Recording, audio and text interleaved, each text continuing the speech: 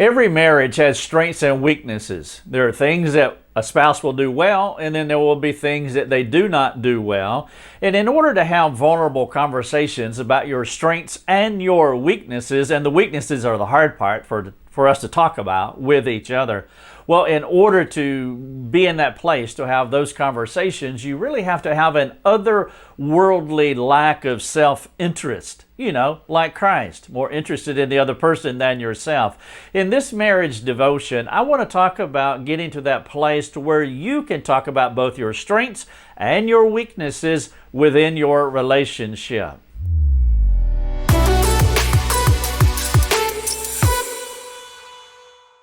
Hello everyone, Rick Thomas here. We're helping people live effective lives. In this marriage devotion, we're talking about strengths and weaknesses. And in order to have these vulnerable conversations, you really do have to have this attitude of other-centeredness. You really need to be anchored by the gospel.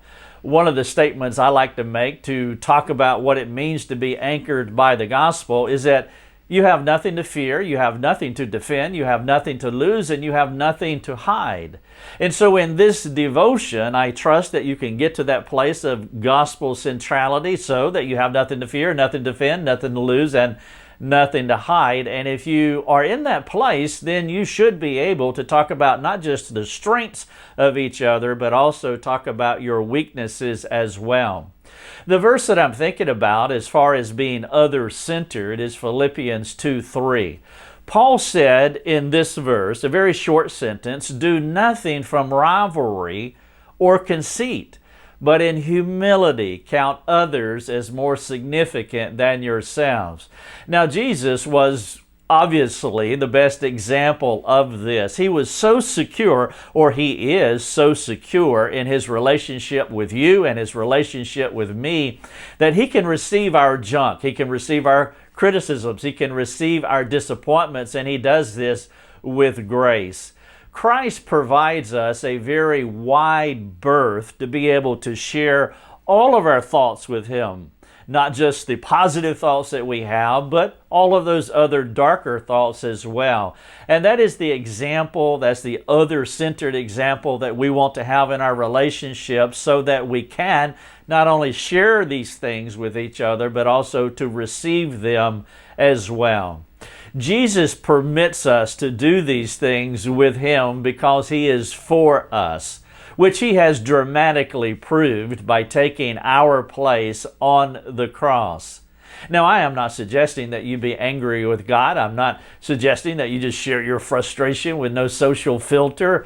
But I am saying that whatever you do share with him, it will not manipulate him, and you cannot manage him because, again, he is for us. He always listens. He always loves us. And he will respond with grace to our good and our bad behavior. That is the kind of love that husbands and wives should have with each other. Now, let me give you a counter illustration, an antithetical illustration, an illustration that I trust does not illustrate you, but yet I do want to talk about the other side of a marriage where husbands and wives aren't in this place to talk to each other freely about their strengths and weaknesses. Our friends Biff and Mabel. Well, in this illustration, Biff is immature and he is insecure. If Mabel says anything that he perceives as a negative toward him or toward their marriage or toward the need to him to change, well, Biff takes it personally and he usually sulks in response to her remarks. Mabel does not believe that she can be candid with Biff, and that is the bottom line. And it's because of his insecurities. Because of Biff's immaturity, well, he takes a more guarded posture, and rather than speaking openly and honestly, which Mabel cannot do, about the things that come between them, from her perspective, it's more like talking to a child, where she must measure and weigh what she wants to say before she shares it. In this sense, Mabel is pulling double duty. Not only does she have to care for her own soul, but she also has to care for her husband as well. In the sense of growing him up to the place to where he and she can contribute reciprocally to their sanctification. Now, she tries not to be self-righteous about it, meaning she doesn't want to look down on Biff, but sometimes it's very hard not to be self-righteous. Biff is a weak, immature, insecure husband. He does not process things through a biblical lens. Now, for Mabel, she will have to think through as to why is Biff this way. Well, one of the reasons that he doesn't process things through a biblical lens is because of his past experience and his past hurts.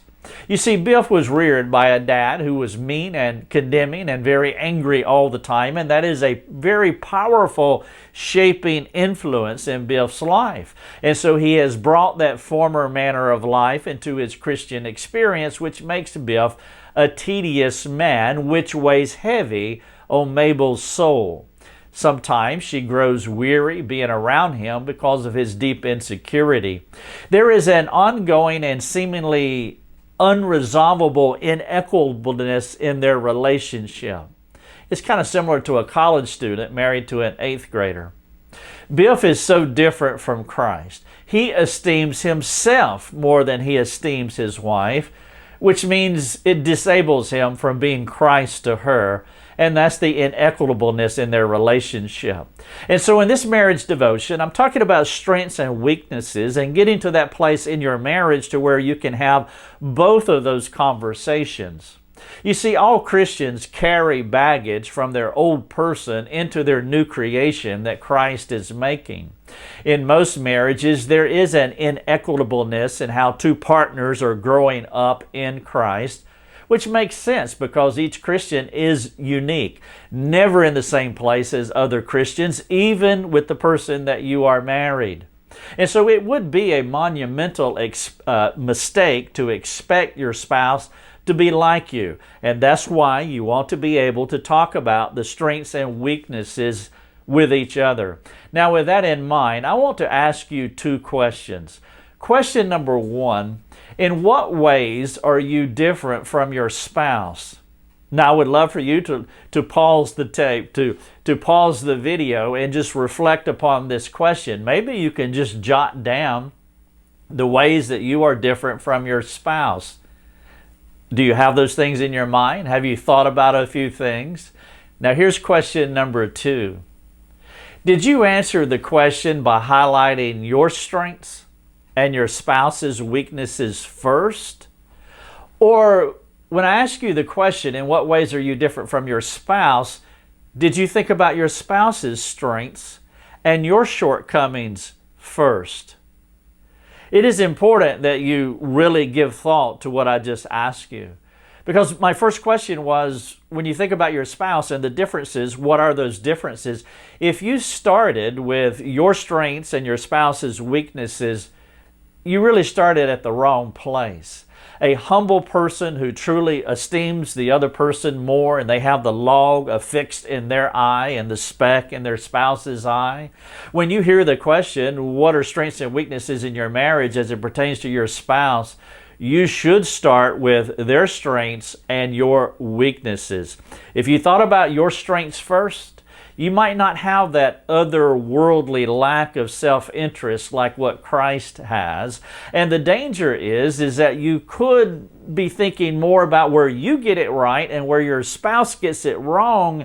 And if you start with that kind of attitude, you open yourself up to self-righteousness, which means you're going to start collecting other sins like anger or bitterness or unforgiveness, or maybe even resignation to where you just want to give up on the marriage.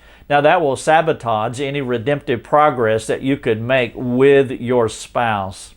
Now, if you can have this conversation with your spouse, I would encourage you to do it. I realize that maybe some marriages would be like Biff and Mabel, where they can't have these reciprocal relationships to where they can talk about strengths and weaknesses. And if that's true, maybe you want to get someone to speak into your relationship. And so I trust this is beneficial, and if we could help you, we would love to do that. We have free community forums on our website.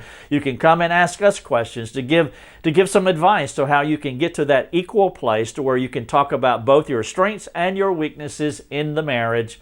Thank you so much for watching this video.